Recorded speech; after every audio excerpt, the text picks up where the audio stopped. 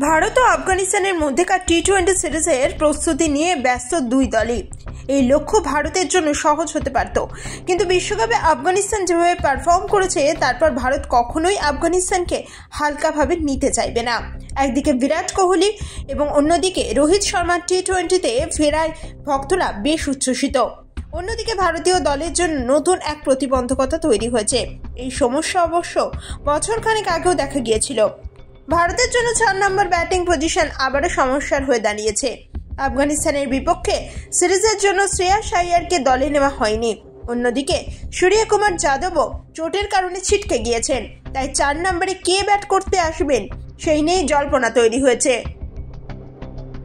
আগামী 11 জানুয়ারি থেকে শুরু হবে ভারত ও আফগানিস্তানের মধ্যে টি-20 বিশ্বকাপ সিরিজের দ্বিতীয় ম্যাচ 14 জানুয়ারি এবং সেই সঙ্গে সঙ্গে তৃতীয় এবং শেষ ম্যাচ 17 জানুয়ারি অনুষ্ঠিত হবে। রোহিত এবং বিরাটের মতো অভিজ্ঞদের ফিরে আসায় ভারতীয় দলকে বেশ শক্তিশালী মনে হচ্ছে। তবে কে এখনো পর্যন্ত 4 নম্বরে ব্যাট করতে নামবে সেটাই বড় প্রশ্ন হয়ে দাঁড়িয়েছে। উল্লেখ্য, গত 2 থেকে 3 বছর ধরে শ্রেয়াস আইয়ার টি-20তে 4 নম্বরে ব্যাট করছিলেন, কিন্তু আফগানিস্তানের বিপক্ষে তাকে দলে নেওয়া হয়নি। তারই মধ্যে সিরিজ থেকে ছিটকে গিয়েছেন সূর্য।